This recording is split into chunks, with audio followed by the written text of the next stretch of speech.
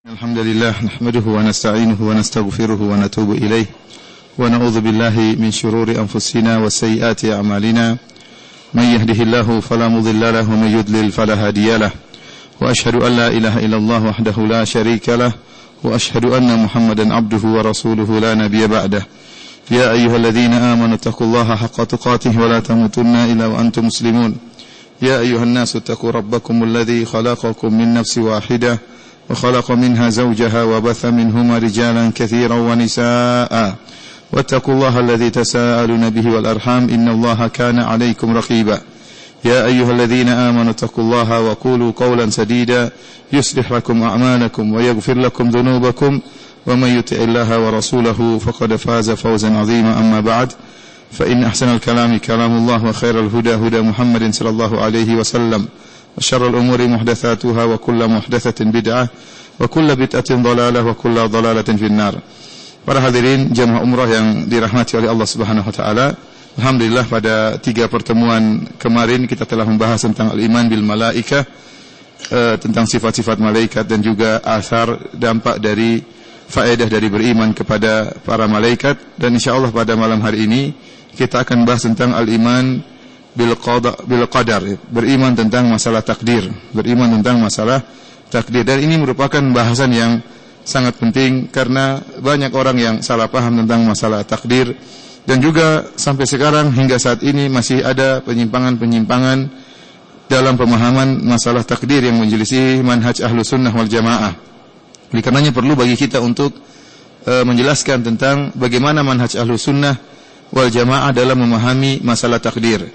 Dan kita masih dalam menjelaskan hadis Jibril alaihissalam yang datang menemui Nabi SAW dalam bentuk seorang Arab Badui, kemudian bertanya kepada Nabi SAW, "Ya Muhammad, akhbirni anil iman." Wahai Muhammad, kabarkanlah kepadaku tentang iman. Maka Rasulullah SAW menjelaskan tentang rukun iman, dan rukun iman yang keenam kata Nabi SAW, "Wa an tu'mina bil qadari khairihi wa syarrihi." Engkau beriman kepada takdir, takdir baik dan takdir yang buruk. Yang telah kita jelaskan di awal pengajian kita tentang hadis Jibril, bahwasanya hadis ini dibawakan oleh Abdullah bin Umar radhiyallahu taala anhu tatkala datang 2 orang tabi'in yang menemui Ibnu Umar dan menjelaskan bahwasanya di Basrah ada seorang yang bernama Ma'bad al-Juhani yang mulai berbicara tentang masalah takdir, sehingga kemudian mereka berkesimpulan bahwasanya la qadar, tidak ada takdir, wa annal amr unuf, bahwasanya segala perkara terjadi dengan sendirinya tanpa didahului dengan takdir, ya. Dan di antara sifat-sifat mereka ahlul bidah ini yang muncul di Basrah sebagaimana dijelaskan oleh para tabi'in, annahum yatakaffaruna fil ilm, mereka mendalam-dalami masalah ilmu. Artinya apa? Mereka yaqra'una al-Qur'an, mereka membaca Al-Qur'an dan mereka memperdalam masalah ilmu, akan tapi tatkala mereka berlebih-lebihan memperdalam masalah ilmu dan masuk dalam hal-hal yang di luar batas kemampuan akal mereka, mereka masuk dalam masalah takdir. Akhirnya mereka berkesimpulan tidak ada takdir. Tidak ada takdir. Kenapa? Kalau ada takdir menurut mereka tidak adil, Allah tidak adil. Sehingga mereka dengan otak mereka yang lemah, mereka berkesimpulan tidak ada takdir. Akhirnya Ibnu Umar radhiyallahu taala anhu berkata kepada kedua tabi'in tersebut, kata Ibnu Umar, "Idza laqita haula fa akhbirhum anni bari'un minhum wa annahum bura'u minni." Jika kau bertemu dengan mereka, para ahlul bid'ah yang mengingkari adanya takdir, maka kabarkanlah kepada mereka bahwasanya saya Ibnu Umar berlepas diri dari mereka dan mereka berlepas diri daripada saya.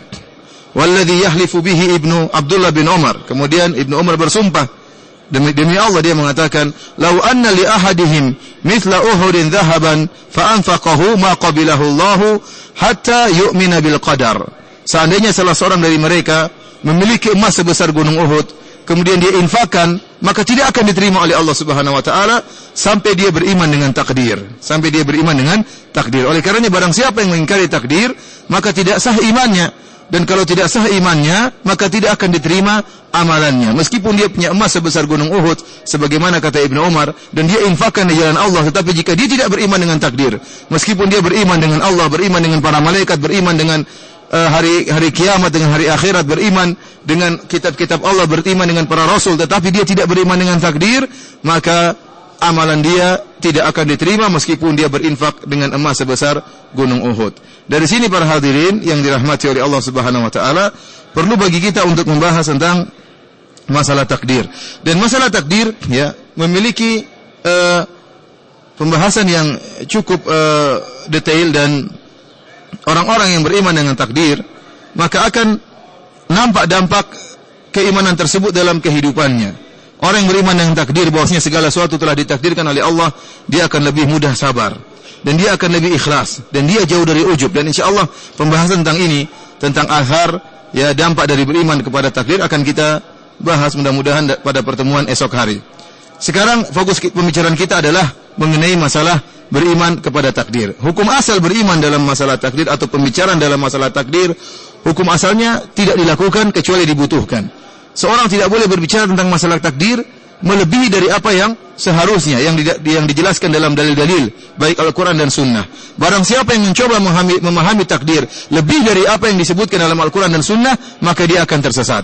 Akan timbul pertanyaan-pertanyaan yang akan dia lontarkan kepada Allah. Kenapa Allah begini, kenapa Allah begitu, sehingga kemudian dia terjerumus dalam kesesatan. Oleh karenanya tatkala disebutkan dalam riwayat, tatkala para sahabat yatanaza'una fil qadar, mereka berdebat tentang masalah takdir, maka Rasulullah SAW pun marah. Kemudian Rasulullah SAW berkata, Abi hadza umirtum, ali hadza ursiltu ilaikum. Apakah karena ini kalian diperintahkan untuk perdebatkan masalah takdir? Apakah aku diutus oleh Allah untuk menjelaskan masalah perdebatan ini? Ya, Rasulullah SAW marah. Ya, kata para ulama hukum asal, seorang jangan berbicara takdir mendalam melebihi apa yang dijelaskan oleh Allah dan Rasulnya, karena otaknya tidak akan mampu untuk memahami rahasia-rahasia Allah Subhanahu wa taala. Oleh karena para ulama menyebutkan qadarullah sirullahil maktum, bahwasanya takdir Allah adalah rahasia Allah yang tersembunyi. Tidak ada yang bisa mengetahuinya. Kenapa Allah begini, kenapa Allah begitu, terserah Allah, dan Allah punya hikmah-hikmah yang terkadang kita mengetahuinya, terkadang tidak kita mengetahuinya. Oleh karenanya Allah menutup segala pertanyaan dengan berfirman, la yus'alu amma yaf'alu wa hum yus'alun. Allah tidak ditanya tentang apa yang dia lakukan, dan mereka yang ditanya tentang apa yang mereka lakukan. Ya. Tidak perlu kita bertanya kenapa Allah mentakdirkan demikian, kenapa Allah menciptakan iblis, kenapa Allah mentakdirkan ada yang masuk neraka, kenapa demikian. Maka Allah mengatakan la yus'alu amma yaf'alu. Allah tidak ditanya tentang apa yang dia lakukan. Akan tapi siapa yang ditanya? Mereka itu yang bertanya-tanya, itu yang akan ditanya. Wa hum yus'alun. Mereka itulah yang akan ditanya untuk dimintai pertanggungjawaban atas apa yang mereka lakukan. Para jamaah umrah yang dirahmati oleh Allah Subhanahu wa taala, beriman kepada takdir memiliki 4 rukun, ya. Memiliki 4 rukun. Sebelumnya saya ingatkan masalah al-qadar, al-qadha wal qadar. Al-qadha wal qadar. 2 kalimat yang masuk dalam kaidah idza ijtama'a iftaraqa wa idza iftaraqa ijtama'a. Jika berkumpul maka berpisah, dan jika berpisah maka berkumpul. Dan ini telah kita jelaskan seperti kalimat al-iman dan al-islam. Demikian juga kalimat al-birr wa taqwa. Contohnya, ya ini al-fakir dan al-miskin. Ini kalimat-kalimat yang kalau disebutkan dua-duanya dalam satu konteks, maka masing-masing memiliki makna. Tetapi kalau disebutkan salah satunya secara bersendirian, disebutkan takdir saja, disebutkan qadar saja, maka qadar sama dengan qadha. Atau disebutkan qadha saja, maka qadha sama dengan al-qadar, tidak ada bedanya. Tetapi jika digabungkan kedua-duanya, maka masing-masing memiliki makna tersendiri. Seperti al-Islam dan al-iman. Jika disebutkan al-iman secara sendirian, maka al-iman sama dengan al-Islam. Al-iman sama dengan al-Islam, seperti firman Allah, "Wa may yakfur bil imani faqad habita amaluh." Barang siapa yang berkufur dengan keimanan, maka telah gugur seluruh amalannya. Sama dengan kufur kepada Islam. Ya, wa may yabtaghi ghairal islami dinan fala yuqbal min. Barang siapa yang mencari agama lain selain Islam, maka tidak akan diterima. Tetapi jika disebutkan digabungan antara iman dengan Islam, maka Islam berkaitan dengan amalan-amalan zahir dan iman berkaitan dengan amalan-amalan batin. Contohnya seperti hadis Jibril, tatkala Jibril bertanya kepada Nabi, "Fa akhbirni anil Islam," kabarkanlah kepadaku tentang Islam. Maka Nabi menjawab dengan amalan-amalan zahir, syahadatain, salat, membayar zakat, puasa, dan menjalankan ibadah haji. Adapun iman, Rasulullah SAW kabarkan dengan amalan-amalan batin, iman kepada Allah, kepada malaikat, kepada kitab-kitabnya, kepada Rasulnya, kepada hari akhir, kepada takdir. Seperti juga dari doa tatkala kita sholat jenazah, Allahumma man ahyaytahu minna fahi alal Islam, wa man tawaffaitahu minna fatawaffahu alal iman. Ya Allah, barang siapa di antara kami yang kau hidupkan, maka hidupkanlah di atas Islam, dan barang siapa di antara kami yang kau wafatkan, maka wafatkanlah di atas keimanan. Kenapa? Karena kalau orang meninggal dunia, amalan zahirnya tidak dilakukan, yang dibawanya lah amalan hatinya yang suci yang dia bawa untuk bertemu dengan Allah Subhanahu wa taala. Demikian juga masalah al-qadar wal qada atau al-qada wal qadar. Jika disebutkan al-qadar dan al-qada, maka disebutkan dalam satu konteks, maka al-qadar maksudnya adalah takdir Allah di zaman azali. Adapun al-qada adalah kejadiannya, itu hukum kejadiannya. Misalnya Allah mentakdirkan si fulan ya pada tahun 2014 akan meninggal dunia. Pada tanggal 1 Januari si fulan bin fulan akan meninggal dunia. Yang dicatat di Lauhul Mahfuz namanya apa? Takdir atau al-qadar. Tatkala dia meninggal pada tanggal 1 bulan Januari 2014, maka itu disebut dengan al-qada, keputusan. Jadi penetapan dan apa?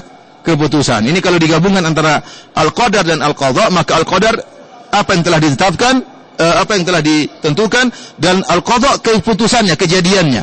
Ini perbedaan antara al-qadar dan al-qada jika digabungkan dalam satu konteks. Akan tapi jika dipisahkan, maka sama saja al-qadar ya al-qada, ya, tidak ada bedanya, ya. Tidak ada bedanya, karena jika bersatu berpisah, jika berpisah maka bersatu, kaidah dalam memahami beberapa istilah-istilah dalam syariat. Adapun rukun-rukun al-iman bil qadar, rukun-rukun keimanan dalam masalah takdir, maka dijelaskan oleh para ulama berdasarkan dalil-dalil yang ada dalam Al-Quran dan Sunnah. Dan ini hanya Rasulullah tidak pernah mengatakan ketahuilah bahwasanya rukun iman terhadap takdir ada 4. Tidak ada. Cuma ini kesimpulan dari dalil yang ada. Oleh karena para ulama Ahlus Sunnah wal Jamaah menyebutkan masalah ini sejak zaman dahulu. Ya, bahkan Imam Syafi'i juga mengisyaratkan akan hal ini, bahwasanya ada tahapan-tahapan yang harus diketahui oleh seorang tatkala beriman untuk mewujudkan keimanannya terhadap takdir. Yaitu empat perkara tersebut adalah pertama al-ilmu, yang kedua al-kitabah, yang ketiga al-masyiah, dan yang keempat al-khalq. Al-ilmu yaitu meyakini Allah mengetahui segala sesuatu, kemudian al-kitabah meyakini bahwasanya Allah mencatat apa yang Allah ketahui tersebut dalam Lauhul Mahfuz, pencatatan, dan yang ketiga bahwasanya segala sesuatu yang terjadi tidak keluar dari kehendak Allah Subhanahu wa taala, dan yang keempat bahwasanya seluruh selain Allah adalah makhluk. Saya ulangi ya. Al-ilmu, al-kitabah, ilmu kemudian ditulis, kemudian dilaksanakan, kemudian segala sesuatu selain Allah adalah makhluk. Jadi pertama meyakini bahwasanya Allah mengetahui segala sesuatu, kemudian ilmu Allah tersebut Allah tulis dalam Lauhul Mahfuz yang berkaitan dengan takdir manusia. Yang ketiga, semua yang terjadi di alam semesta atas kehendak Allah Subhanahu wa taala. Tidak ada yang keluar dari kehendak Allah Subhanahu wa taala. Yang keempat, seluruh yang terjadi adalah makhluk Allah Subhanahu wa taala. Kita akan perinci 4 rukun tersebut pada pertemuan kita kali ini. Yang pertama adalah al-martabatul ula, adalah al-ilmu. Masalah ilmu, bahwasanya meyakini, beriman bahwasanya Allah Subhanahu wa taala alimun bikulli syai'in jumlatan wa tafsilan. Bahwasanya Allah Subhanahu wa taala mengetahui segala sesuatu secara global maupun secara terperinci. Secara terperinci, apa saja, gerakan apa saja di alam semesta ini Allah Maha tahu. Wa indahu ilmul ghaib wa indahu mafatihul ghaibi la ya'lamuha illahu wa ya'lamu ma fil barri wal bahri wa ma tasqutu min waraqatin illa ya'lamuha. Kata Allah Subhanahu wa taala, dan di sisi Allah Subhanahu wa taala kunci-kunci ilmu gaib, dan Allah mengetahui seluruh yang ada di langit dan yang ada di daratan. Wa ma tasqutu min waraqatin illa ya'lamuha, dan tidak ada satu daun pun yang gugur kecuali Allah tahu. Antum bayangkan jumlah daun di alam semesta ini ada berapa? Ya, setiap daun yang gugur, meskipun dalam 1 detik yang gugur misalnya 1 juta daun, Allah tahu semuanya. Atau 1 miliar daun, Allah tahu semuanya, bagaimana jatuhnya, kemana jatuhnya, bagaimana sifat jatuhnya, karena Allah Maha mengetahui segala sesuatu secara terperinci. Dan ini masalah yang pertama, yaitu meyakini bahwasanya Allah Subhanahu wa taala mengetahui segala sesuatu sejak azali.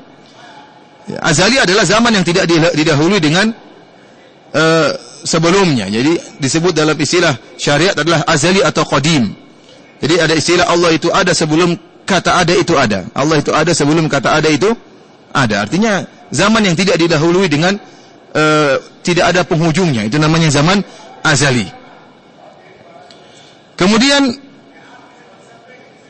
Allah Subhanahu wa taala mengetahui apa yang telah terjadi dan apa yang akan terjadi dan apa yang tidak terjadi, kalau terjadi bagaimana. Jadi Allah yang masa lalu Allah telah mengetahui, dan masa depan yang belum terjadi Allah juga ketahui. Kalau terjadi Allah tahu bagaimana. Seandainya kalau tidak terjadi pun yang tidak terjadi pun Allah ketahui ini tidak akan terjadi. Allah tahu bahwasanya di masa depan ini tidak akan terjadi. Kalau terjadi seandainya Allah pun tahu bagaimana terjadinya, meskipun dia tidak terjadi. Kemudian Allah Subhanahu wa taala mengetahui sesuatu yang ada maupun yang sesuatu yang tidak ada, sesuatu yang mungkin ataupun yang sesuatu yang mustahil, semuanya telah diketahui oleh Allah Subhanahu wa taala. Apalagi yang berkaitan dengan para hamba, Allah Subhanahu wa taala mengetahui seluruh rizki mereka, Allah mengetahui seluruh ajal mereka, Allah mengetahui seluruh apa-apa yang mereka akan ucapkan, dan Allah mengetahui seluruh apa-apa yang akan mereka perbuat, seluruh gerakan mereka dan seluruh diamnya mereka. Allah mengetahui baik yang sedang terjadi atau yang telah terjadi atau akan yang terjadi dari gerakan-gerakan mereka, semuanya Allah mengetahui secara terperinci. Dan dalil akan ini sangat banyak. Di antaranya firman Allah Subhanahu wa taala, "Huwallahu allazi la ilaha illahu alimul ghaibi wasyahadah." Dialah Allah, tidak ada sembahan yang disembah kecuali Allah Subhanahu wa taala. Dia yang mengetahui hal yang gaib dan yang nampak. Hal yang gaib berkaitan tentang masa depan diketahui oleh Allah seluruhnya. Dalam ayat yang lain kata Allah Subhanahu wa taala, "Wa ahata bikulli syai'in ilma." Ilmu Allah meliputi segala sesuatu. Tidak ada sesuatu pun yang tidak diketahui oleh Allah. Semuanya diketahui oleh Allah Subhanahu wa taala. Bagaimana tidak kita tahu seluruhnya makhluk. Oleh karenanya kita mengatakan Rabbul Alamin. Alhamdulillahi Rabbil Alamin. Segala puji bagi Allah Rabbul Alamin. Rabbil Alamin, Rabbnya Alamin. Apa definisi Alamin? Al-Alamin adalah semua selain Allah. Al-Alamin artinya apa? Semua selain Allah, dan semua selain Allah adalah makhluk.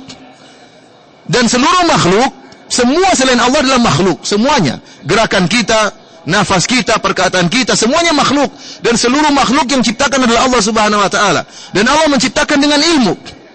Allah menciptakan dengan ilmu. Oleh karenanya melazimkan seluruh yang ada di alam semesta ini, bagaimanapun kecilnya, bagaimanapun detailnya, Allah mengetahui. Kenapa? Karena Allah yang ciptakan. Bagaimananya di kemudian hari, Allah pun tahu karena Allah yang bakalan ciptakan dia. Seluruhnya. Ini dalil bahwasanya Allah mengetahui segala sesuatu. Karena selain Allah semuanya makhluk, dan yang menciptakan makhluk tersebut adalah Allah, dan pencipta mengetahui apa yang dia ciptakan. Pencipta mengetahui apa yang dia ciptakan. Bahkan masa depan, masa depan yang tidak terjadi Allah tahu. Jika seandainya terjadi bagaimana, Allah pun tahu. Seperti dalam firman Allah Subhanahu wa taala tentang orang-orang kafir yang dihadapkan di hadapan neraka jahanam, kata Allah, "Walau tara idh wuqifu 'alan nari faqalu ya laitana nuraddu wa la nukadzibu biayati rabbina wa nakuna minal mu'minin." Tatkala mereka dihadapkan di hadapan neraka jahanam, maka mereka berkata, seandainya kami dikembalikan ke dunia, dikembalikan hidup kembali, kami tidak akan mendustakan ayat-ayat Allah, dan kami akan termasuk orang-orang yang beriman.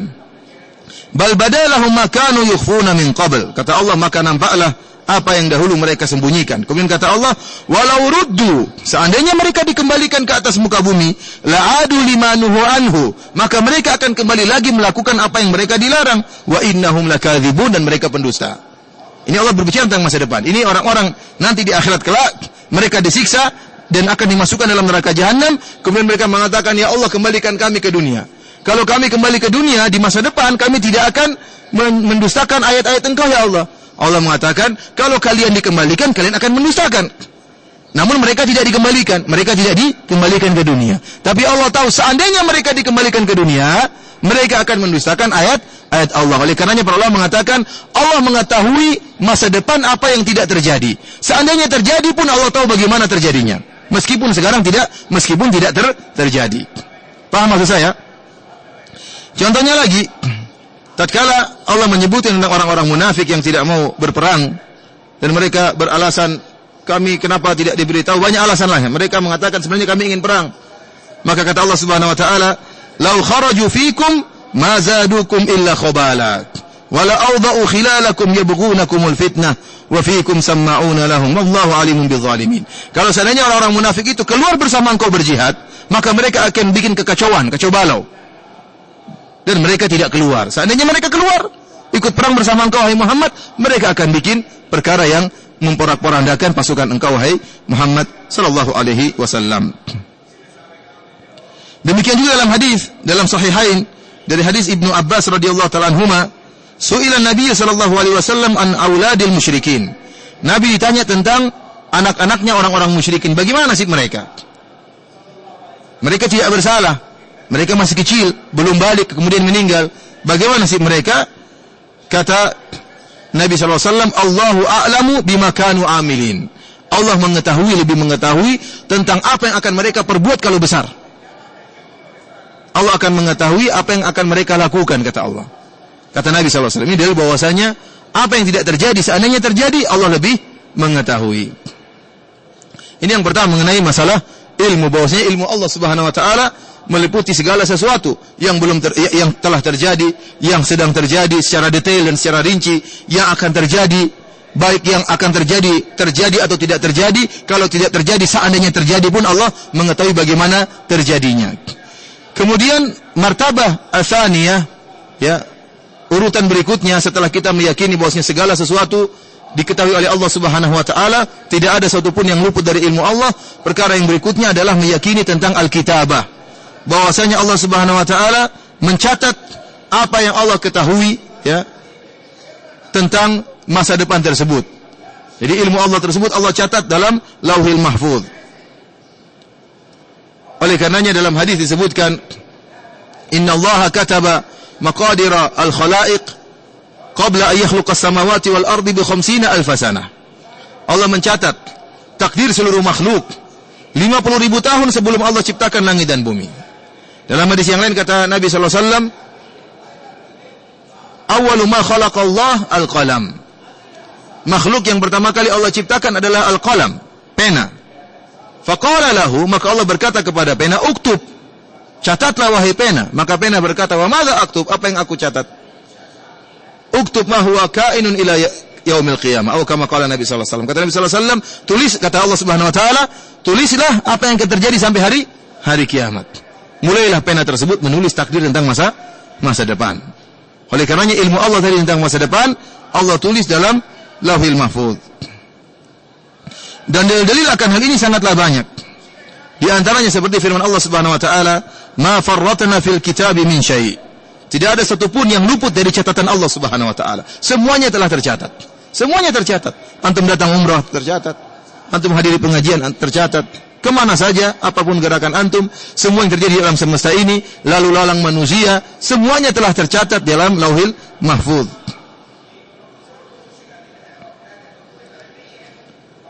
Dalam ayat yang lain Allah Subhanahu wa taala, "Alam ta'lam anna Allah ya'lamu ma fis sama'i wal ardi. Inna dzalika fi kitab. Inna dzalika 'ala Allah yasir."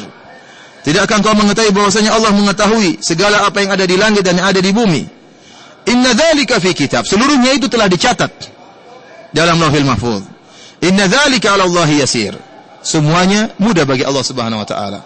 Ma asaba min musibatin fil ardi wala fi anfusikum illa fi kitabin min qabli an nabra'aha. Inna dzalika 'ala Allah yasir. Kata Allah Subhanahu wa taala, tidak ada satu musibah pun yang menimpa baik di bumi atau menimpa diri kalian illa fi kitab, kecuali telah tercatat dalam Lauhil Mahfuz min qabli an nabra'aha, sebelum kami menjadikan kejadian tersebut, sebelum kami memunculkan musibah tersebut telah tercatat dalam Lauhil Mahfuz. Inna dzalika 'ala Allah yasir. Semua ini mudah bagi Allah Subhanahu wa taala. Adapun dalil dari sunnah, dari hadis-hadis Nabi sangat banyak. Al-Imam Al-Bukhari dan Imam Muslim serta al-imam yang lain meriwayatkan dari Ali radhiyallahu taala anhu, Rasulullah sallallahu alaihi wasallam bersabda, "Ma minkum min ahadin illa waqad kutiba maq'aduhu minan nar wa maq'aduhu minal jannah." Tidak seorang pun dari kalian kecuali telah tercatat tempatnya di surga ataupun di neraka. Semuanya telah ditakdirkan. Tidak seorang pun dari kalian, kata Nabi sallallahu alaihi wasallam, kecuali telah ditentukan tempatnya di neraka atau tempatnya di surga. Faqalu ya Rasulullah, afala nattakilu ala kitabina? Maka para sahabat bertanya, ya Rasulullah, Kalau kita sudah ditentukan nasibnya di surga atau di neraka, kenapa kita tidak bertawakal saja, bersandar kepada takdir kita yang telah ditulis dalam kitab? Maka apa jawaban Nabi SAW? I'malu fakullun muyassarun lima khuliqa lahu. Kata Nabi, beramalah. Setiap orang-orang akan dimudahkan menuju takdirnya. Setiap orang akan dimudahkan, diantarkan menuju takdirnya. Ini dalil bahwasanya semua orang sudah ditakdirkan di surga atau di neraka. Dan sering muncul pertanyaan, ya Ustaz, kalau saya sudah ditakdirkan di neraka, percuma saya sholat sekarang, percuma saya haji sekarang, percuma saya umrah sekarang. Jawabannya, kalau kamu tahu kamu sudah ditakdirkan di neraka, kalau kamu tahu kamu sudah ditakdirkan di neraka, ya sudah, percuma memang hajimu, tidak perlu kau haji. Masalahnya, kamu tahu nggak kamu ditakdirkan di neraka? Kalau kamu nggak tahu, maka janganlah kamu berdalil dengan sesuatu yang kau tidak ketahui. Jawabannya, i'malu, lakukan, beramalah. Kita berhusnuzan kepada Allah Subhanahu wa taala. Allah jelaskan barang siapa yang beramal masuk surga. Ya, kalau anggaplah kamu masuk surga, beramalah. Karena barang siapa yang ditakdirkan masuk surga akan dimudahkan menuju surga. Dan ini rahasia Allah Subhanahu wa taala. Kamu ditakdirkan masuk neraka atau masuk surga, enggak ada yang tahu kecuali siapa? Allah Subhanahu wa taala. Kamu tidak tahu. Oleh karenanya orang yang logis tidak mungkin berdalil dengan sesuatu yang dia tidak ketahui. Kata Nabi SAW, "I'malu fakullun muyassarun lima khuliqa lah." Beramalah kalian, maka setiap orang akan dimudahkan kepada takdirnya. Dalam hadis yang diriwayatkan Imam Muslim dari Jabir bin Abdullah radhiyallahu anhu, dia berkata, "Ja'a Suraqah bin Malik bin Ju'fam, faqala." Datang Suraqah bin Malik berkata kepada Nabi, dan dia datang menemui Nabi dan dia berkata, "Ya Rasulullah, bayyin lana dinana ka'anna khuliqna al-an. Fima al-amalu al-yawm? Afima jaffat bihi al-aqlam wa jarat bihi al-maqadir am fima nastaqbil?" Qala la, bal fima jaffat bihi al-aqlam. Dia bertanya, Rasulullah, buat apa kita beramal sekarang ya Rasulullah? Apakah amalan kita ini sesuai dengan takdir yang telah ditentukan, ataukah perkara baru yang akan datang di masa depan? Kata Nabi SAW, la, bal fima jaffat bihi al-aqlam. Apa yang kita lakukan sekarang ini semuanya sesuai dengan takdir yang telah Allah takdirkan. Tidak ada yang keluar dari takdir Allah Subhanahu wa ta'ala.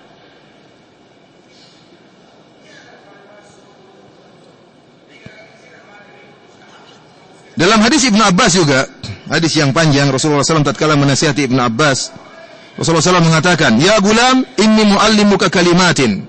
Wahai anak muda, aku akan ajarkan kepada engkau kalimat-kalimat, wasiat-wasiat.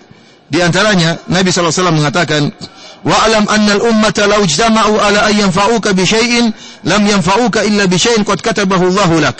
Ketahuilah wahai Ibnu Abbas, kalau seluruh manusia di atas muka bumi ini bersatu padu untuk memberi manfaat kepada engkau, maka mereka tidak akan bisa memberi manfaat kepada engkau kecuali yang telah ditakdirkan oleh Allah Subhanahu wa taala. Walau ijtama'u ala ay yadurruka lan yadurruka illa bi syai'in qad kataballahu 'alaik. Kalau mereka bersatu padu untuk mendatangkan kemudaratan kepada engkau, seluruh yang ada di alam semesta ini bersatu padu untuk mencelakakan engkau, mereka tidak akan bisa mencelakakan engkau kecuali sesuai dengan takdir yang telah Allah takdirkan. Kata Rasulullah SAW, "Rufi'atil aqlam wa jaffatis suhuf." Pena-pena telah diangkat dan lembaran-lembaran telah kering. Ini sebagai gambaran bahwasanya takdir tidak akan berubah. Karena pena sudah terangkat, tidak akan ditulis lagi. Pena sudah terangkat dan lembaran telah kering, tinta sudah kering, tidak akan terjadi perubahan. Ini dalil bahwasanya seluruhnya apa yang terjadi di alam semesta ini berjalan dengan takdir. Kemudian para hadirin rahmati Allah Subhanahu wa taala, masalah al-kitabah. Jadi logikanya begini, ada namanya database utama. Seluruh data tercatat di Lauhil Mahfuz. Ini tidak akan berubah yang ada di Lauhil Mahfuz. Ini tidak akan pernah berubah karena rufi'atil aqlam wa jaffatis suhuf.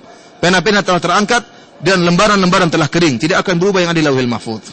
Akan tapi sebagian data tersebut diturunkan dalam berkala. Oleh karenanya ada dikenal dengan takdir umri, ada takdir sanawi, ada takdir yaumi, ya. Ini adalah data yang diturunkan, yang semua data ini tidak bertentangan dengan apa yang ada di pusat data, yaitu Lauhil Mahfuz. Dengan hikmah Allah Subhanahu wa taala, Allah menurunkan data tersebut sedikit demi sedikit. Di antaranya takdir yaumul qabdatain. Kata para ulama, takdir yaumul qabdatain, yaitu takdir di mana Allah mengambil segenggam makhluk yang seluruhnya ditakdirkan masuk surga dan segenggam makhluk yang seluruhnya ditakdirkan masuk neraka jahanam. Dalam hadis Rasulullah SAW bersabda, Inna Allah azza wa jalla khalaqa Adam. Allah subhanahu wa ta'ala menciptakan Adam. Thumma akhadha al-khalqa min dhahrihi. Wa qala haula'i fil jannah wala ubali. Wa haula'i fil nar wala ubali. Tatkala Allah menciptakan Nabi Adam alaihissalam, maka Allah mengumpulkan, mengambil dari punggung Adam nyawa-nyawa manusia yang Allah takdirkan akan masuk surga. Allah mengatakan, ini semua masuk surga dan aku tidak peduli. Kemudian Allah ambil lagi sebagian dari anak-anak Adam, Allah mengatakan yang ini semuanya masuk neraka dan aku tidak peduli. Ini namanya takdir tatkala perincian ini tidak bertentangan dengan Lauhul Mahfuz. Penentuan ini tatkala penciptaan Nabi Adam alaihissalam. Dan penentuan sifulan masuk surga dan sifulan masuk neraka semuanya sudah ditulis sebelumnya di Lauhul Mahfuz sebelum Allah menciptakan Nabi Adam. Tetapi Allah nampakkan di hadapan Nabi Adam alaihissalam, inilah anak keturunan yang akan masuk surga dan inilah anak keturunanmu yang akan masuk neraka.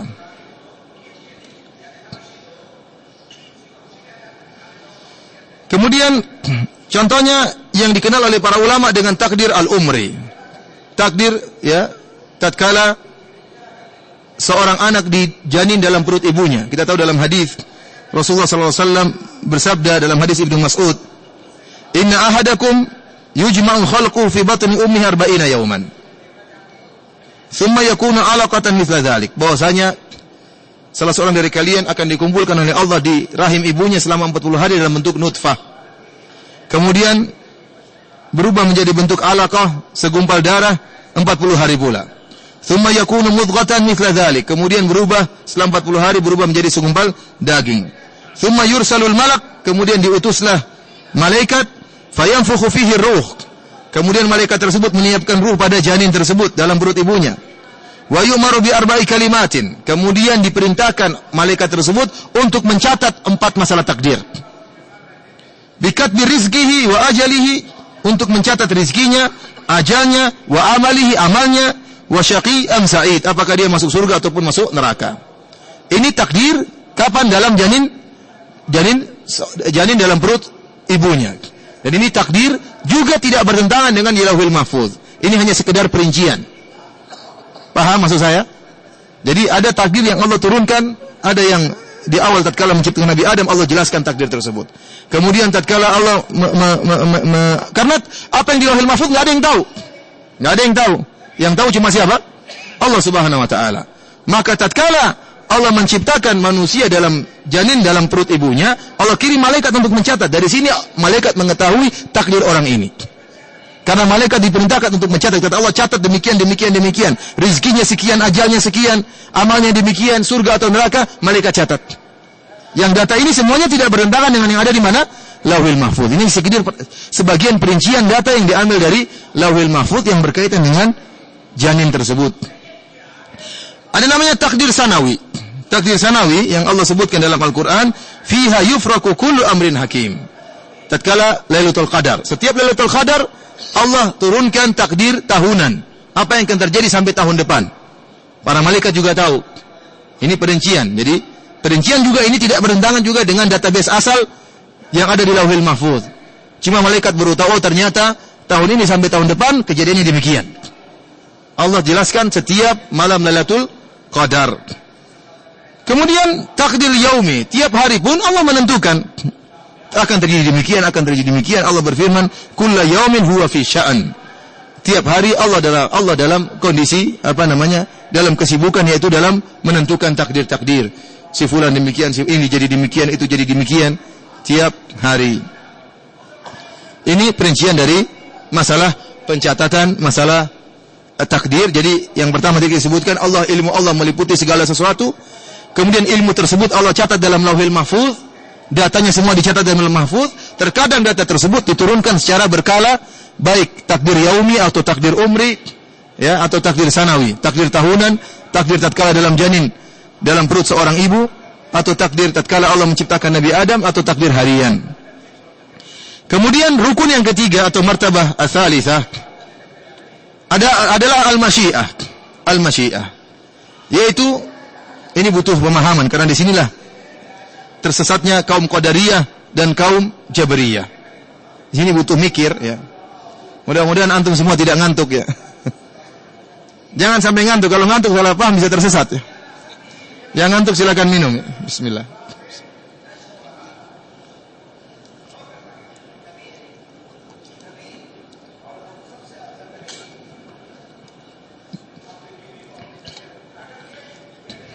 Martabat yang ketiga tentang masyiah. Kita harus meyakini bahwasanya seluruh yang terjadi di alam semesta ini di bawah kehendak Allah. Tidak ada satupun yang keluar dari kehendak apa? Kehendak Allah. Barang siapa yang meyakini ada sesuatu yang keluar dari kehendak Allah, berarti Allah tidak maha kuasa.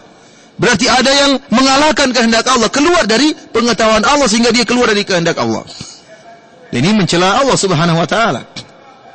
Tidak ada satupun yang keluar dari kehendak Allah Subhanahu wa taala. Semua yang terjadi di alam semesta ini secara detail, secara terperinci, semuanya di bawah kehendak Allah Subhanahu wa taala. Apa yang kita kehendaki juga di bawah kehendak Allah Subhanahu wa taala. Sebagaimana perkataan Imam Syafi'i, ya. Apa yang kau kehendaki ya Allah akan terjadi. Apa yang aku kehendaki jika kau tidak kehendaki maka tidak akan terjadi, kata Imam Syafi'i rahimahullah. Oleh karenanya Allah berfirman, "Wa ma tasyauna illa ayyasha Allahu rabbul alamin." Tidaklah kalian menghendaki kecuali apa yang dikehendaki oleh Allah Subhanahu wa taala. Dan kita ingin ini, ingin anu, ternyata tidak terjadi. Dan apa yang terjadi itulah kehendak Allah Subhanahu wa taala. Kita sadar bahwasanya kita punya kehendak. Kita punya kehendak atau tidak? Punya. Kita mau jalan, kita punya kehendak. Mau minum, kita punya kehendak. Terkadang kita ingin sesuatu, ternyata sesuatu tersebut tidak kita raih. Berarti kehendak kita tidak sama dengan kehendak Allah Subhanahu wa taala. Dan kehendak kita di bawah kehendak Allah. Dan yang terjadi itulah kehendak Allah Subhanahu wa taala. Allah Subhanahu wa taala berfirman, "Walau syaa Allahu ma qatatalu, walakinna Allah yaf'alu ma yurid." Terjadi peperangan. Kata Allah, "Walau syaa Allahu ma qatatalu." Seandainya Allah berkehendak, mereka tidak akan bertempur, tidak akan berperang. Walakinna Allah yaf'alu ma yurid. Akan tapi Allah melakukan apa yang Allah kehendaki. Terjadinya peperangan di antara mereka atas kehendak Allah Subhanahu wa taala. Tidak ada yang keluar dari kehendak Allah Subhanahu wa taala. Dari sini para hadirin rahmati oleh Allah Subhanahu wa taala, kita membagi kehendak Allah menjadi dua sebagaimana dijelaskan oleh para ulama ahlu sunnah wal jamaah. Kehendak Allah ada dua model. Ada yang disebut dengan al-irada al-kauniyah, ada yang disebut dengan al-irada syar'iyyah. Apa yang dimaksud dengan al-irada al-kauniyah? Al-irada al-kauniyah adalah kehendak Allah tentang apa yang terjadi di alam semesta ini. Dan yang terjadi di alam semesta ini ada yang baik dan ada yang buruk. Ada yang dicintai Allah dan ada yang dibenci oleh Allah Subhanahu wa taala. Semua yang terjadi masuk dalam irada al-kauniyah. Jadi kehendak yang berkaitan dengan kejadian. Disebut oleh para ulama dengan apa? Al-irada al-kauniyah. Untuk menjelaskan seluruh yang terjadi di alam semesta ini, ya, semuanya tidak ada yang keluar dari kehendak Allah, yang buruk maupun yang baik, yang dibenci Allah maupun yang dicintai oleh Allah Subhanahu wa taala. Oleh karenanya, adanya iblis dikehendaki oleh Allah atau tidak? Iblis yang ciptakan siapa? Allah. Yang mentakdirkan iblis membangkang siapa? Allah. Semuanya Allah. Adanya Abu Lahab, Abu Jahal juga kehendak siapa? Kehendak Allah. Terjadi perzinahan, terjadi korupsi, terjadi perampokan, terjadi kesyirikan, terjadi penyembahan terhadap Nabi Isa, terjadi penyembahan terhadap Buddha, terhadap dewa-dewa. Semuanya juga kehendak Allah Subhanahu wa taala. Tidak ada yang terjadi di luar kehendak Allah Subhanahu wa taala. Kehendak ini dikenal oleh para ulama dengan al-irada al-kauniyah, berkaitan dengan apa yang Allah cintai dan berkaitan dengan apa yang tidak Allah cintai. Paham sampai di sini? Kalau ada yang bertanya, ini penting ini. Kok bisa Allah menghendaki apa yang dia tidak cintai? Jawabannya, Allah menghendaki sesuatu yang tidak dia cintai karena ada hikmah di balik itu yang Allah cintai. Allah menghendaki sesuatu yang Allah tidak cintai karena ada di balik itu hikmah yang lebih Allah cintai. Contohnya, dalam hadis Rasulullah SAW mengatakan, "Lau lam tuznibu, la dhahaba Allahu bikum, thumma ja'a biqaumin yuznibun, fayastaghfiruna Allah, fayaghfirullahu lahum." Kata Nabi SAW dalam Sahih Muslim, kalau kalian tidak berdosa, wahai para sahabatku, kalian tidak berdosa, Allah akan memusnahkan kalian, Allah akan membinasakan kalian. Kemudian Allah akan datangkan suatu manusia yang lain yang mereka berdosa, kemudian mereka beristighfar kepada Allah, kemudian Allah ampuni mereka. Jadi, dosa itu Allah suka atau tidak? Allah tidak suka, tapi Allah mentakdirkan manusia berdosa. Ada hikmah yang Allah cintai, ada di balik itu yang Allah cintai. Apa yang Allah cintai? Untuk menunjukkan bagaimana rahmatnya Allah. bagaimana luasnya ampunan Allah Subhanahu wa taala. Dan sifat rahmat dan sifat ampunan Allah ini tidak akan muncul kalau enggak ada dosa. Iya atau tidak? Ini sekedar logika saja, artinya sederhana. Artinya ada perkara-perkara yang Allah tidak cintai. Kenapa Allah kehendaki? Karena di balik itu ada hikmah yang Allah lebih cintai daripada hal ini. Paham maksudnya? Contohnya Allah mengatakan, "Zaharal fasadu fil barri wal bahri." Perhatikan ini masalah penting ini. Zaharal fasadu fil barri wal bahri bima kasabat aydin nas liyudhiqal ladzi ba'dhu amilu la'allahum yarji'un. Kata Allah Subhanahu wa taala, telah nampak kerusakan di daratan dan di lautan. Kerusakan. Allah suka kerusakan atau tidak? Allah tidak suka. Wallahu la yuhibbul fasad. Dalam ayat yang lain Allah mengatakan Allah tidak suka dengan kerusakan, tapi Allah bikin kerusakan. Padahal Allah tidak cintai. Kenapa Allah bikin kerusakan? Ada hikmah yang Allah cintai di balik itu. Kata Allah, "Zaharal fasadu fil barri wal bahr bima kasabat aydin nas." Telah nampak kerusakan di daratan dan di lautan akibat ulah perbuatan manusia. Kenapa Allah buat kerusakan tersebut? Liyudhiqahum ba'dal ladzi amilu, agar mereka merasakan akibat perbuatan mereka, sebagian akibat perbuatan mereka, la'allahum yarji'un. Semoga mereka sadar. Semoga mereka kembali. Rupanya ada hikmah yang Allah lebih cintai sehingga Allah buat kerusakan tersebut agar mereka apa? Sadar. Iblis Allah suka atau tidak? Tidak, iblis ini bikin rusak semuanya. Tapi kenapa Allah ciptakan iblis? Para ulama sebutkan di antara hikmah penciptaan iblis, di antaranya disyariatkan syariat-syariat yang Allah cintai seperti syariat jihad. Bagaimana Allah melihat hamba-hambanya yang rela mengorbankan nyawanya demi Allah Subhanahu wa taala. Kalau tidak ada iblis enggak ada jihad. Iya tidak? Dengan adanya iblis Allah bisa menunjukkan Allah Maha mampu menciptakan dua hal yang berlawanan. Allah ciptakan surga, Allah ciptakan neraka. Dua hal yang berlawanan. Masing-masing ada penghuninya. Dengan adanya iblis Allah bisa menunjukkan Allah syadidul iqab. Allah azabnya sangat pedih. Pasti ada yang masuk neraka. Kalau enggak ada yang masuk neraka gimana menunjukkan syadidul iqab? Allah azabnya sangat pedih. Allah Ghafurur Rahim. Allah Maha Pengasih lagi Maha Penyayang. Kalau enggak ada yang berdosa, bagaimana? Siapa yang bertobat?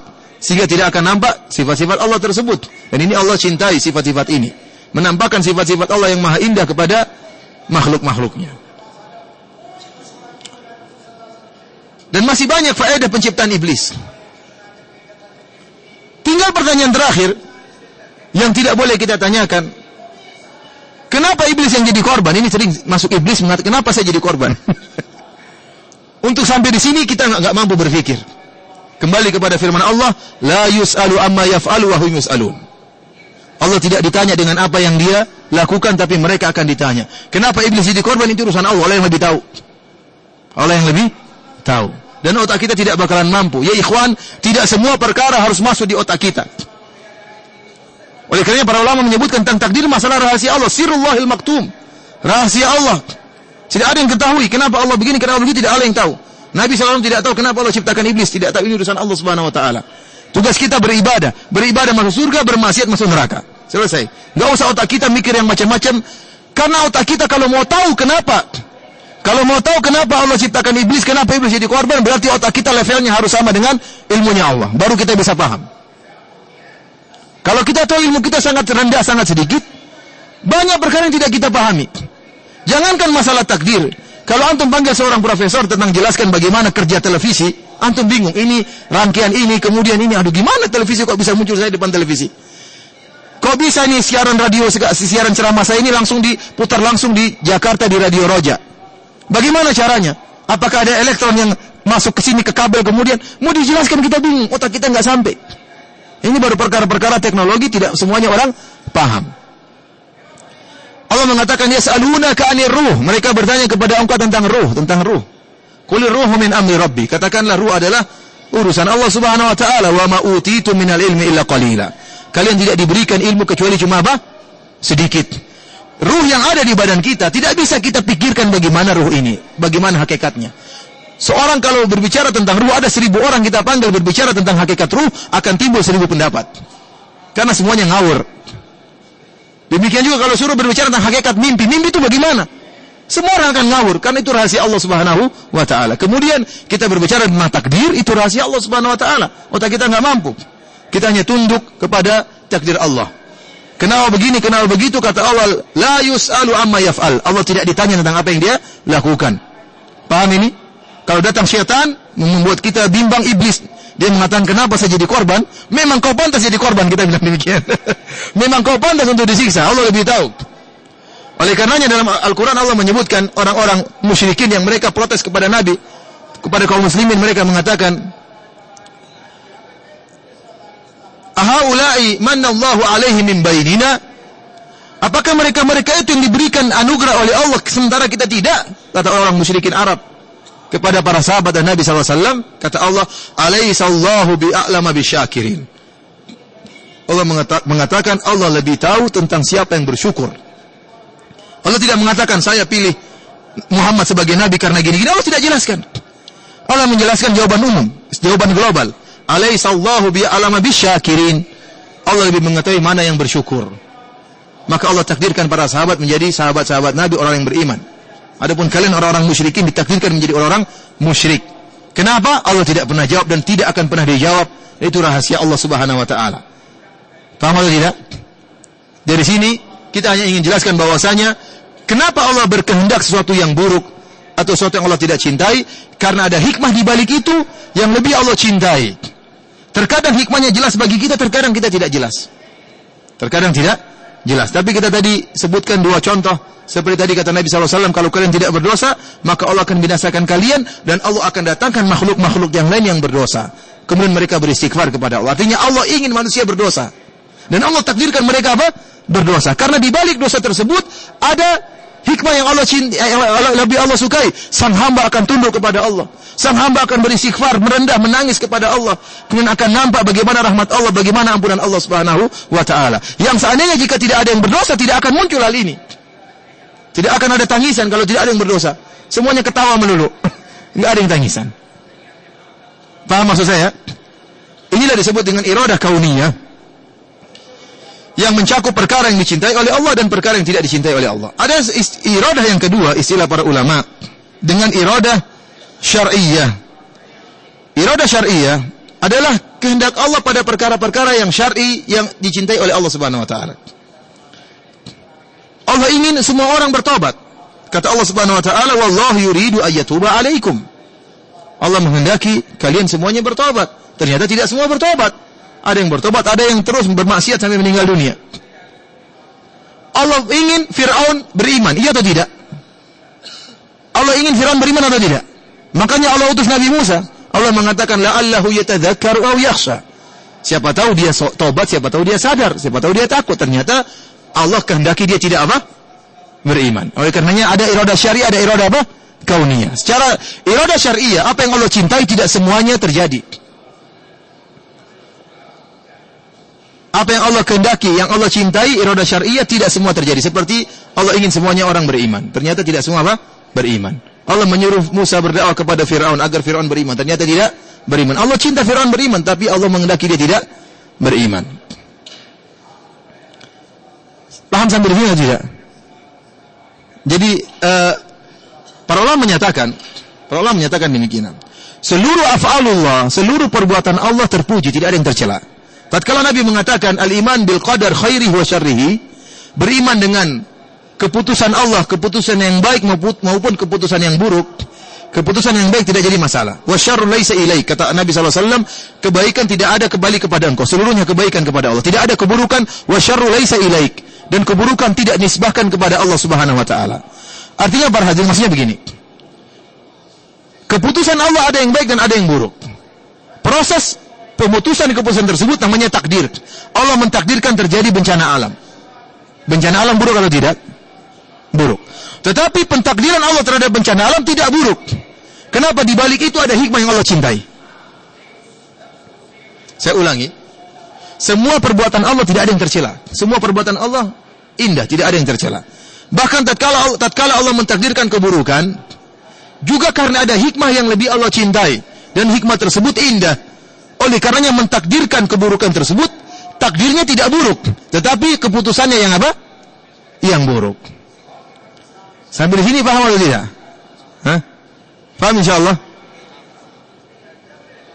Saya kayak lihat ada wajah-wajah yang apa? Bimbang dan bingung ya. Ini perkara yang sangat penting agar kita bisa bedakan antara iradah, bahwasanya mungkin Allah menghendaki keburukan, mungkin, tetapi di balik keburukan tersebut ada kebaikan, ada hikmah yang baik yang Allah cintai. Sehingga pada hakikatnya pentakdiran terhadap keburukan tersebut juga baik. Paham maksudnya? Allah mentakdirkan keburukan karena di balik itu ada hikmah yang baik, berarti pentakdiran keburukan tersebut juga baik. Adapun takdir baik, takdir buruk itu ditinjau dari keputusan yang terjadi, bukan perbuatan Allah. Karena perbuatan Allah semuanya baik. Sampai di sini paham insyaallah. Coba saya ingin tahu yang paham angkat tangan. Saya ingin tahu yang paham angkat tangan coba. Enggak ada yang angkat tangan. Takut ditanya. Yang tidak paham coba angkat tangan. Enggak ada juga, berarti paham semua alhamdulillah. Kita lanjutkan para hadirin rahmatillah subhanahu wa taala. Nanti akan kita singgung, waktunya enggak cukup ya. Kita lanjut kepada martabah ar-rabi'ah tentang al-khalq, penciptaan. Tadi setelah kita sebutkan tentang ilmu, Allah mengetahui segala sesuatu. Yang kedua, Allah catat seluruh sesuatu tersebut dalam Lauhil Mahfuz. Terkadang Allah keluarkan data-datanya secara berkala. Ya, tadi kita sebutkan juga. Yang ketiga, bahwasanya segala sesuatu terjadi pasti atas kehendak Allah Subhanahu wa taala. Yang keempat, semuanya yang terjadi atas ciptaan Allah Subhanahu wa taala. Semua yang terjadi atas ciptaan Allah Subhanahu wa taala, tidak ada yang keluar dari ciptaan Allah Subhanahu wa taala. Saya berceramah begini juga ciptaan Allah Subhanahu wa taala. Allah menciptakan saya beserta gerakan saya beserta segala apa yang saya lakukan. Semua ciptaan Allah Subhanahu wa taala. Semua selain Allah namanya apa? Makhluk. Semua selain Allah namanya apa? Makhluk. Allah berfirman, Allahu khaliqu kulli syai'. Allah menciptakan segala sesuatu. Termasuk perbuatan hamba juga diciptakan oleh Allah Subhanahu wa taala. Meskipun Allah menciptakan segala perbuatan hamba, tetapi manusia ya, tidaklah sebagaimana yang dipahami oleh paham Jabriyah. Paham Jabriyah, mereka memandang bahwasanya segala sesuatu terjadi dengan terpaksa. Manusia itu seperti, kata mereka, seperti bulu yang diterbangkan oleh angin yang bertiup kencang. Bulu tersebut tidak bisa bergerak apa-apa, dia berjalan sesuai dengan tiupan angin tersebut. Itulah manusia. Kita katakan ini tidak sesuai dengan kenyataan. Kita memiliki kehendak atau tidak? Kita bisa bergerak atau tidak? Kita bisa mau atau tidak? Kita bisa bedakan antara gerakan seorang yang turun di tangga dengan pelan-pelan dengan gerakan orang yang jatuh. Dia nggak bisa macam-macam, tahu jatuh. Itu terpaksa dia jatuh. Dia tidak bisa bertindak apa-apa tatkala dia tergelincir kemudian jatuh di tangga. Kita bisa membedakan antara orang yang mengambil gelas dengan gerakannya, dia ingin ambil gelas, dia ingin minum, dengan orang yang gemetar. Tidak bisa dia diamkan tangannya. Gemetar ini terpaksa. Oleh karenanya kita rasakan bahwasanya kita punya kehendak dan kita bisa melakukan kehendak tersebut. Namun kita perlu ingat, tidak ada kehendak kita di luar dari kehendak Allah Subhanahu wa taala. Dan ini akidah Ahlussunnah wal Jamaah, bahwasanya manusia punya kehendak dan manusia bisa melakukan kehendaknya, akan tapi kehendaknya tidak ada yang keluar dari kehendak Allah Subhanahu wa taala. Inilah para hadirin rahmati Allah Subhanahu wa taala sekilas tentang masalah beriman, masalah takdir. Yang ingin saya sampaikan bahwasanya kita beriman segala sesuatu telah ditentukan oleh Allah Subhanahu wa taala. Bagaimana ketentuannya tidak ada yang tahu, itu rahasia Allah Subhanahu wa taala. Mengapa Allah tentukan demikian pun itu juga rahasia Allah Subhanahu wa taala. Yang jelas kata Nabi, "I'malu", beramalah, fa kullun muyassarun lima khuliqalah. Masing-masing akan dimudahkan sesuai dengan takdirnya. Tugas kita beramal saleh. Barang siapa beramal saleh masuk surga, yang bermaksiat masuk apa? Masuk neraka. Itu aja gampangannya, enggak usah pikir macam-macam. Karena barang saya mulai mikir kenapa iblis, kenapa begini, dia pusing sendiri, akhirnya dia ragu tentang Allah Subhanahu wa taala, ragu tentang syariat, akhirnya bisa terjerumus dalam syubhat dan bahkan bisa kufur kepada masalah takdir. Setelah ini kita akan sebutkan tentang kelompok-kelompok yang sesat dalam masalah ini, dalam masalah takdir. Ada dua kelompok sesat. Yang pertama adalah kelompok Jabriyah tadi yang saya sebutkan. Kedua kelompok ini, Jabriyah maupun Qadariyah, berangkat dari satu kesalahan yang sama. Mereka meyakini Allah tidak mungkin menghendaki sesuatu yang Allah benci. Ini sepakat mereka berdua. Antara Qadariyah dengan Jabriyah sama-sama meyakini bahwasanya Allah tidak mungkin menghendaki sesuatu yang Allah benci. Keyakinan ini benar atau salah? Keyakinan ini benar atau salah? Salah. Tadi telah kita jelaskan Allah mungkin menghendaki yang Allah benci karena ada hikmah yang dibalik tersebut. Adapun mereka meyakini takdir cuma satu. Kalau kita tadi telah kita jelaskan, ada iradah kauniyah dan ada iradah syariah. Ada kehendak yang kauniyah yang Allah suka dan Allah benci, dan ada iradah syariah yang Allah suka saja. Adapun mereka cuma memandang iradah kehendak cuma satu. Allah hanya menghendaki yang Allah cintai. Yang Allah tidak cintai enggak mungkin Allah kehendaki. Dari sini, dari titik yang sama, mereka berpisah. Adapun Jabariyah, mereka mengatakan semua yang Allah cintai itu yang Allah kehendaki, yang buruk-buruk Allah tidak kehendaki. Semua yang Allah, saya ulangi, Jabariyah mengatakan semua yang Allah kehendaki pasti dicintai oleh Allah. Karena tadi Jabariyah Qadariyah meyakini semua yang Allah kehendaki pasti Allah cintai. Sekarang Jabariyah mengatakan orang bermaksiat kehendak Allah atau tidak? Kata dia kehendak Allah. Orang berzina kehendak Allah. Berarti kalau begitu ini semua baik. Kenapa? Karena terjadi, dan semua yang terjadi di alam semesta atas kehendak Allah. Kalau begitu semuanya baik. Karena nggak mungkin Allah menghendaki yang buruk. Paham? Ini mengerikan ini. Kelompok ini seakan-akan syariat nggak dipakai. Gara-gara logika tadi, tidak mungkin Allah menghendaki yang buruk. Semua yang Allah kehendaki pasti Allah cintai, dan semua yang terjadi alam semesta semua di bawah kehendak Allah, berarti semuanya baik. Oleh karenanya disebutkan ada seorang pencuri ditangkap oleh Umar bin Khattab radhiyallahu ta'ala anhu. Waktu ditangkap dia mengatakan, "Ya Umar, saya mencuri karena ditakdirkan oleh Allah Subhanahu wa taala." Dia ingin ngeles. Dia mengatakan apa? Saya mencuri, dan benar Umar tidak membantah. Dia mencuri karena takdir Allah Subhanahu wa taala. Kata Umar, "Saya pun potong tangan kamu karena takdir Allah Subhanahu wa taala." Enggak jadi masalah. Takdir saya juga potong karena apa? Takdir Allah Subhanahu wa taala. Oleh karenanya kelompok Jabariyah berbahaya. Karena dampak atau konsekuensi dari keyakinan seperti ini, berarti semuanya boleh. Karena semuanya terjadi, dan semua yang terjadi dicintai oleh Allah Subhanahu wa taala. Paham sampai di sini? Nah. Kita lanjutkan dengan pemahaman Qadariyah. Qadariyah sebaliknya.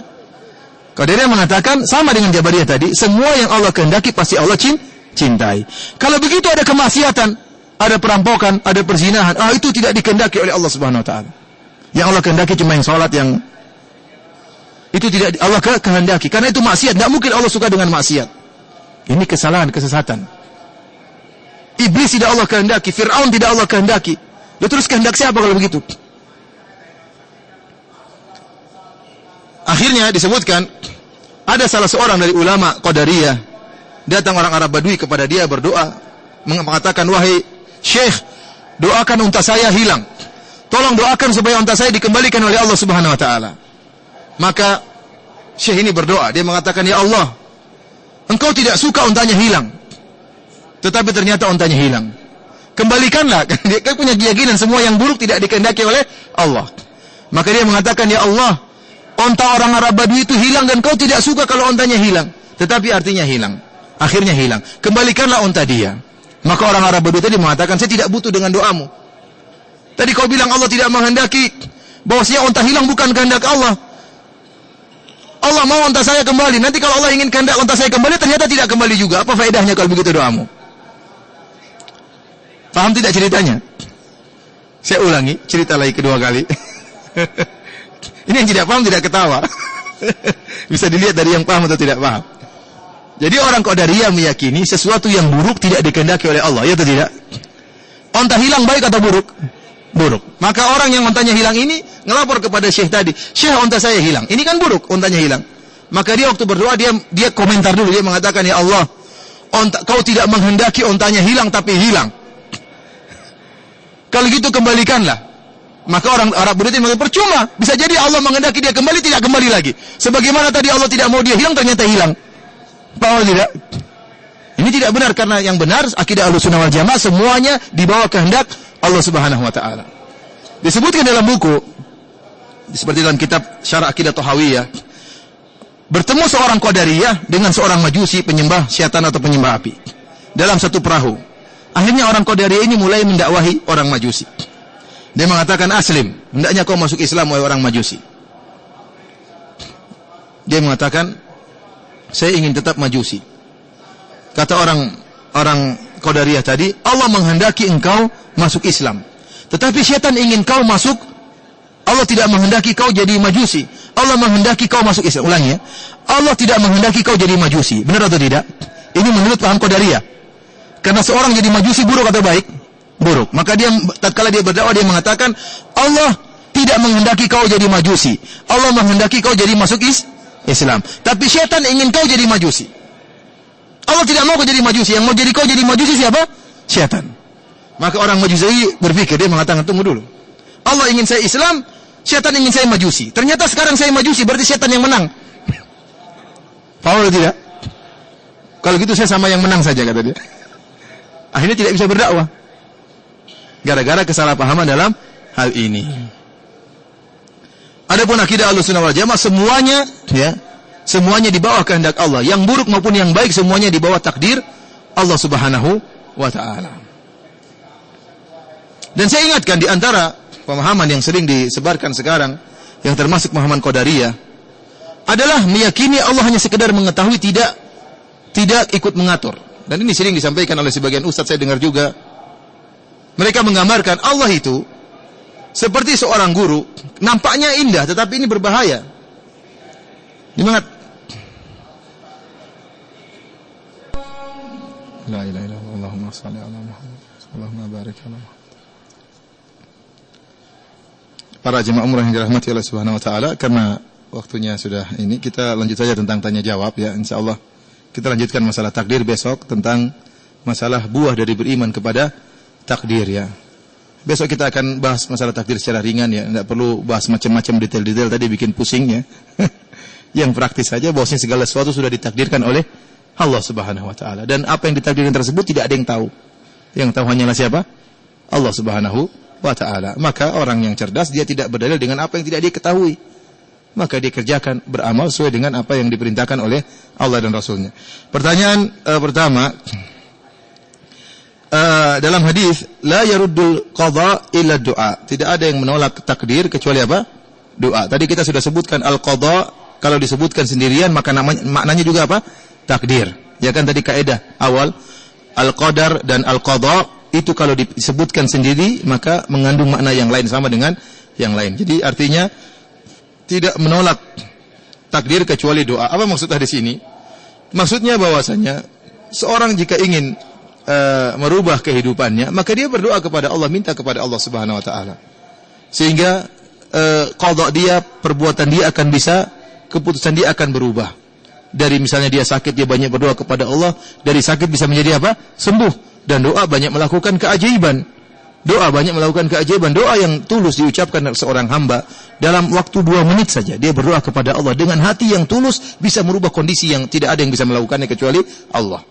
Dan ini sudah dibuktikan oleh banyak manusia bagaimana keajaiban doa. Oleh karena Imam Syafi'i mengatakan, atahza' bid-du'ai wa tasdarihi wa ma tadri ma sana'ad du'a'u. Apakah kau meremehkan doa dan kau mengejek doa dan kau tidak tahu apa yang bisa dilakukan oleh sebuah doa. Sihamul laili la tukhti walakin lahal amadu walil amadin qida'u. Bahwasanya doa yang dipanjatkan di malam hari seperti panah-panah yang dilepaskan di malam hari tidak akan meleset, pasti akan mengena meskipun ada waktunya untuk mengena.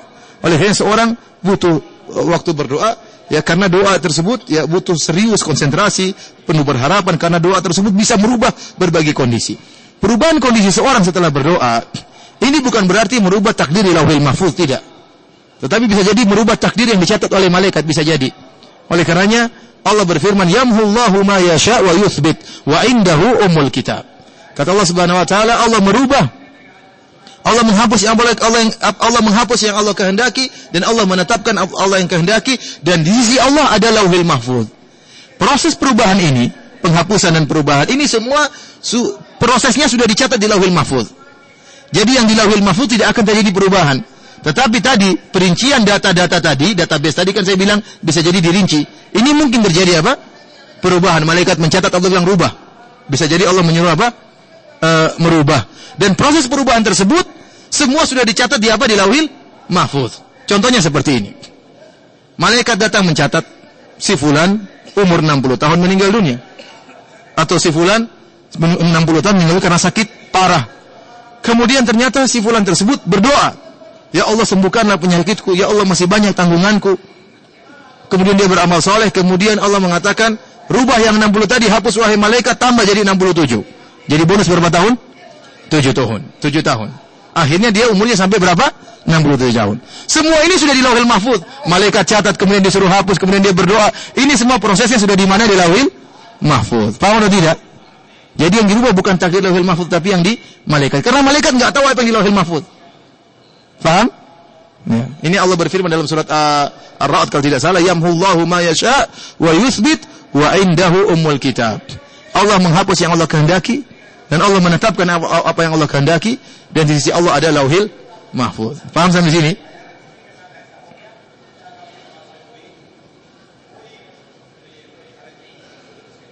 Seperti juga firman Allah, innallaha la yughayyiru ma biqaumin hatta yughayyiru ma bi anfusihim. Allah tidak akan merubah kondisi suatu kaum sampai mereka merubah diri mereka. Ini bukan merubah takdir, bukan. Ya sama seperti kita bilang, kamu kalau mau dapat rezeki ya bekerja, ya, seperti itu. Semua proses ini sudah ditakdirkan. Sama seperti Allah mengatakan, Allah tidak akan merubah suatu kaum sampai mereka juga merubah diri mereka. Kalau mereka terkena bencana alam, mereka tidak akan diangkat bencana alam tersebut kecuali mereka bertobat, kembali kepada Allah, sadar, baru kemudian Allah hilangkan bencana alam tersebut. Ya. Namun tidak berkaitan dengan perubahan takdir. Ustadz, apakah malaikat pencatat juga mengetahui isi hati manusia? Telah kita jelaskan pembahasan kemarin, bahwasanya di antara pencatatan malaikat, malaikat mencatat dengan sangat detail. Malaikat mencatat bukan sekedar makna, bukan sekedar global, mujmal, tapi tafsil, perincian. Ma yalfidhu min qaulin illa ladaihi raqibun atid. Lafal yang keluar dicatat dengan apa? Dengan detail. Perbuatan dilakukan, ya'lamu kha'inatal a'yun, Allah mengetahui pelirikan pandangan mata secara detail juga dicatat oleh malaikat. Demikian juga isi hati manusia dicatat karena dalam hati banyak amalan. Ada tawakal, ada tawakal, ada khasyah, takut kepada Allah, ada khauf minallah, ada suudzon, ada hasad, ada riya, ada dengki. Ini amalan-amalan hati juga dicatat oleh malaikat. Dan dalilnya banyak akan hal ini. Ya, di antaranya seperti dalam hadis Rasulullah Allah mengatakan, idza hamma 'abdi bihasanatin atau idza hamma 'abdi bisayyi'atin fala taktubuha. Kata Allah Subhanahu wa taala kepada malaikat, jika hambaku ingin melakukan keburukan, jangan kau catat. Sampai dia melakukan keburukan baru catat sebagai satu keburukan. Berarti malaikat tahu orang ini niat melakukan keburukan atau tidak. Malaikat tahu. Bagaimana tahunya? Urusan Allah. Allah membuat mereka tahu tentang isi hati apa? Manusia. Isi hati manusia. Oleh karenanya malaikat juga mengetahui isi hati manusia dengan kehendak Allah Subhanahu wa taala, karena banyak yang akan dicatat oleh Allah dari amalan perbuatan hati manusia, baik amalan yang baik seperti tawakal, kemudian berserah diri, ikhlas, ini semua amalan hati. Tidak ada yang tahu kecuali Allah, dan malaikat juga tahu, dan malaikat mencatat amalan tersebut. Demikian juga amalan-amalan buruk hati pun diketahui oleh para malaikat. Ustaz, dijelaskan bahwa kafirnya seseorang adalah kehendak Allah. Dan bolehkah kita menyalahi dan bolehkah kita membenci dan bolehkah kita menyalahi dan membenci mereka orang kafir? Bukankah membenci mereka membenci takdir Allah? Tidak. Allah mentakdirkan mereka jadi orang kafir dan kita benci kekufuran. Sebagaimana Allah mentakdirkan zina, orang berzina takdir Allah atau tidak? Kita benci dengan zinanya atau tidak? Kita benci, ya. Bukan berarti karena nanti kita masuk dalam paham Jabriyah tadi. Semuanya takdir Allah, semuanya dicintai. Kalau kita semuanya baik. Tadi orang mencuri, katanya ya Umar, saya mencuri karena takdir Allah. Ya, saya potong tanganmu juga karena takdir Allah. Ya. Ada konsekuensinya seperti itu.